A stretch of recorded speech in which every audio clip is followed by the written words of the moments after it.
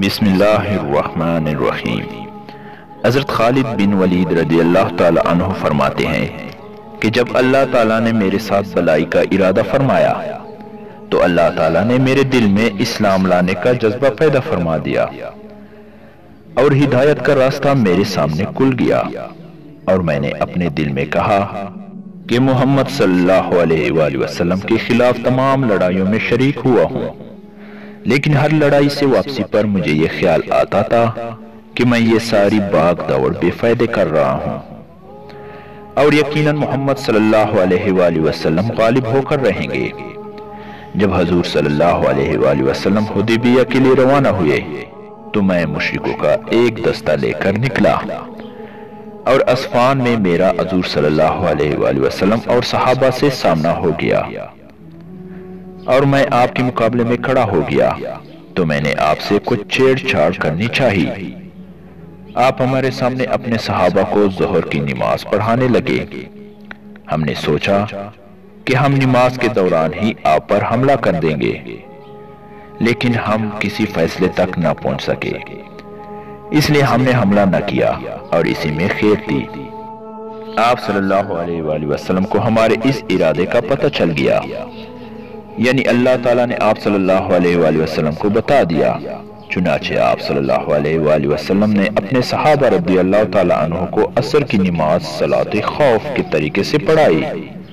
اس بات کا ہمارے دلوں پر بہت اثر پڑا، اور میں نے اپنے دل میں کہا کہ اس آدمی کی حفاظت کا مستقل غیبی انتظام ہے۔ آپ ہم سے ایک طرف ہو گئے اور ہمارے گھوڑوں کا راستہ چھوڑ کر دائیں طرف چلے گئے۔ جب آپ نے حدیبیہ میں قریش سے صلح کر لی اور قریش نے آپ کو زبانی جمع خرچ سے واپس کر کے اپنی جان بچائی، تو میں نے اپنے دل میں کہا کہ اب کون سی چیز باقی رہ گئی ہے؟ اب میں کہاں جاؤں؟ نجاشی کے پاس۔ نجاشی نے تو محمد صلی اللہ علیہ وآلہ وسلم کا اتباع کر لیا ہے، اور ان کے صحابہ اس کے سامنے امن سے رہ رہے ہیں۔ کہا میں ہرقل کے پاس چلا جاؤں تو مجھے اپنے دین چھوڑ کر نصرانیت یا یہودیت کا اختیار کرنا پڑے گا اور عجم میں رہنا پڑے گا، یا اپنے وطن میں باقی لوگوں کے ساتھ رہتا رہوں۔ میں اسی سوچ بچار میں تھا کہ اچانک حضور صلی اللہ علیہ وآلہ وسلم عمرے کی قضا کرنے کے لیے مکہ میں تشریف لے آئے۔ میں مکہ سے غائب ہو گیا، اور آپ صلی اللہ علیہ وآلہ وسلم کی آمد پر میں حاضر نہیں ہوا، اور میرے بھائی ولید بن ولید بھی حضور صلی اللہ علیہ وآلہ وسلم کے ساتھ اس عمرہ میں مکہ آئے۔ انہوں نے مجھے بہت تلاش کیا لیکن کہیں نہ پایا۔ جب انہوں نے مجھے ایک خط لکھا جس کا مضمون یہ ہے: بسم اللہ الرحمن الرحیم، اما بعد، ابھی تک اسلام لانے کی تمہاری رائے نہیں بنی۔ اس سے زیادہ عجیب بات میں نے کوئی نہیں دیکھی، حالانکہ تم بہت عقل مند ہو۔ اسلام جیسے مذہب سے بھی کوئی ناواقف رہ سکتا ہے؟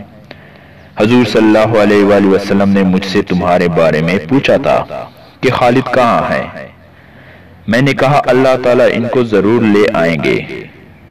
آپ صلی اللہ علیہ وآلہ وسلم نے فرمایا خالد جیسا آدمی بھی ابھی تک اسلام سے ناواقف ہے، اگر وہ اپنے ساری قوت اور محنت مسلمانوں کے ساتھ لگا دیتے تو ان کے لیے زیادہ بہتر تھا، اور ہم ان کو دوسروں سے آگے رکھتے۔ اے میرے بھائی، خیر کے بہت سے موقع تم سے رہ گئے، اب تو ان کی تلافی کر لو۔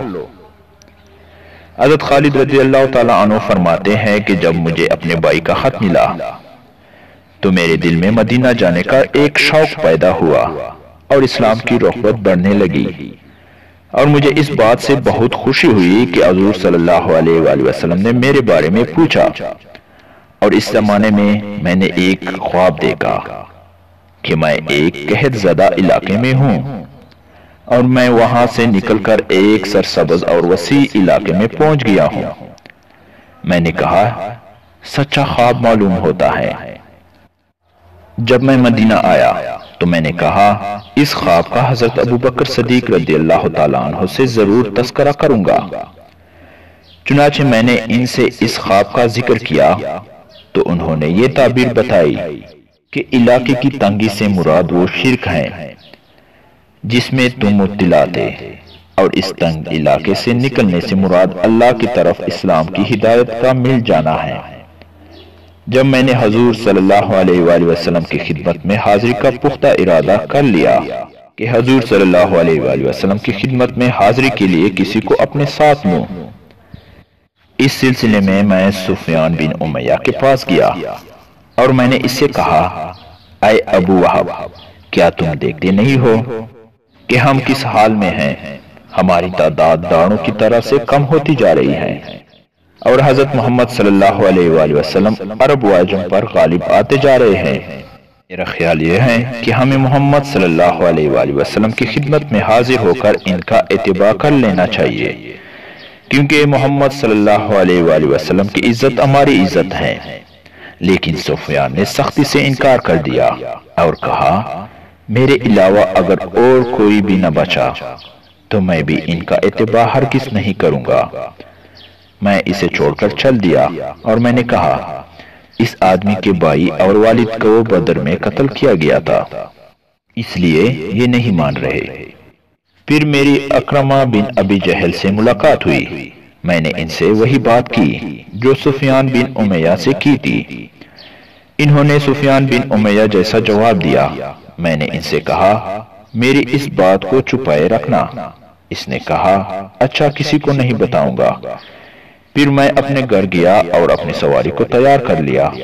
میں اس کو لے کر چل پڑا تو راستے میں میری عثمان بن طلحہ سے ملاقات ہوئی۔ میں نے کہا، یہ میرا دوست ہے، لاؤ اس سے بھی اپنی بات کر کے دیکھوں۔ پھر مجھے خیال آیا کہ اس کے آبا و اجداد بھی مسلمانوں کے ہاتھوں قتل ہو چکے ہیں، تو ان سے ذکر کرنے کو مناسب نہ سمجھا۔ پھر میں نے کہا کہ ان سے ذکر کرنے میں کیا حرج ہے، میں تو اب جا ہی رہا ہوں۔ چنانچہ اسلام کے خلاف ہماری محنت کا جو نتیجہ نکل رہا ہے وہ میں نے ان کو بتایا، اور میں نے یہ بھی کہا کہ ہماری مثال اس لومڑی کی سی ہے جو کسی سوراخ میں گھس گئی ہو، تو اگر اس سوراخ میں ایک ڈول بھی پانی ڈال دیا جائے تو لومڑی کو نکلنا پڑے گا۔ پہلے دونوں ساتھیوں سے میں نے جو بات کی ایسی ہی ان سے بھی کی، وہ فوراً مان گئے۔ میں نے ان سے کہا، میں تو آج ہی جانا چاہتا ہوں اور میری سواری فج مقام پر تیار بیٹھی ہے۔ ہم دونوں نے آپس میں مکہ سے باہر مقام یاجج پر اکٹھا ہونا طے کیا، اور اگر وہ مجھ سے پہلے وہاں پہنچ گئے تو وہ میرا وہاں انتظار کریں گے، اور اگر میں ان سے پہلے وہاں پہنچ گیا تو میں ان کا انتظار کروں گا۔ چنانچہ صبح سحری کے وقت ہم لوگ گھروں سے نکلے اور طلوع فجر سے پہلے ہی ہم لوگ مقام یاجج پر جمع ہو گئے۔ پھر وہاں سے ہم دونوں روانہ ہوئے۔ جب ہم حد مقام پر پہنچے تو وہاں ہمیں حضرت عمر بن عاص رضی اللہ تعالیٰ عنہ ملے۔ انہوں نے پوچھا، کہاں جا رہے ہو؟ ہم نے کہا، تم گھر سے کس ارادے سے چلے ہو؟ انہوں نے کہا، آپ لوگ گھر سے کس ارادے سے چلے ہو؟ انہوں نے کہا، ہمارا ارادہ تو اسلام میں داخل ہونے کا ہے اور حضرت محمد صلی اللہ علیہ وآلہ وسلم کی اتباع کرنے کا ہے۔ انہوں نے کہا، میں بھی اسی وجہ سے آیا ہوں۔ اب ہم تینوں ساتھ ہو لیے اور مدینہ جا پہنچے اور ہیرا میں اپنی سواری بٹھا دی۔ حضور صلی اللہ علیہ وآلہ وسلم کو ہمارے آنے کی خبر ملی، جس سے آپ بہت خوش ہوئے۔ میں نے اپنے صاف ستھرا کپڑے پہنے اور حضور صلی اللہ علیہ وآلہ وسلم کی جانب چل پڑا۔ راستے میں میرے بھائی مجھے ملے۔ انہوں نے کہا، جلدی کرو، حضور صلی اللہ علیہ وآلہ وسلم کو تمہاری خبر مل چکی ہے اور وہ تمہارے آنے سے خوش ہیں اور تم لوگوں کا انتظار کر رہے ہیں۔ ہم تیز چلنے لگے۔ جب ہم نے آپ کو دور سے دیکھا تو آپ صلی اللہ علیہ وآلہ وسلم مجھے دیکھ کر مسکراتے رہے، یہاں تک کہ میں نے آپ صلی اللہ علیہ وآلہ وسلم کے قریب آ کر یا نبی اللہ کہہ کر سلام کیا۔ آپ صلی اللہ علیہ وآلہ وسلم نے کھلے ہوئے چہرے کے ساتھ سلام کا جواب دیا۔ میں نے کلمہ شہادت پڑھا۔ آپ صلی اللہ علیہ وآلہ وسلم نے فرمایا، آگے آؤ، تمام تعریف اس اللہ کے لیے ہے جس نے تم کو ہدایت دی۔ تمہاری عقل و سمجھ کو دیکھ کر مجھے یہی امید تھی کہ تمہیں خیر ہی کی توفیق ملے گی۔ میں نے عرض کیا یا رسول اللہ، میں جن لڑائیوں میں آپ کے مقابلے میں حق کے خلاف لڑا ہوں مجھے ان کا بہت خیال آ رہا ہے۔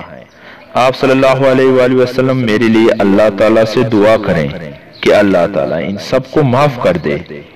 آپ صلی اللہ علیہ وآلہ وسلم نے فرمایا، اسلام اپنے سے پہلے تمام گناہ مٹھا دیتا ہے۔ میں نے کہا، آپ صلی اللہ علیہ وآلہ وسلم اس کے باوجود میرے لیے دعا فرما دیں۔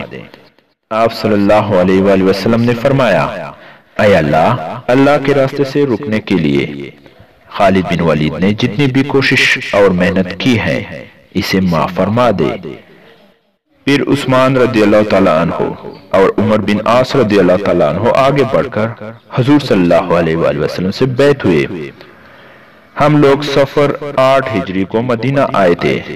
اللہ کی قسم، ضروری اور مشکل امور میں حضور صلی اللہ علیہ وآلہ وسلم اپنے صحابہ رضی اللہ تعالیٰ عنہ میں سے کسی کو میرے برابر قرار نہ دیتے تھے۔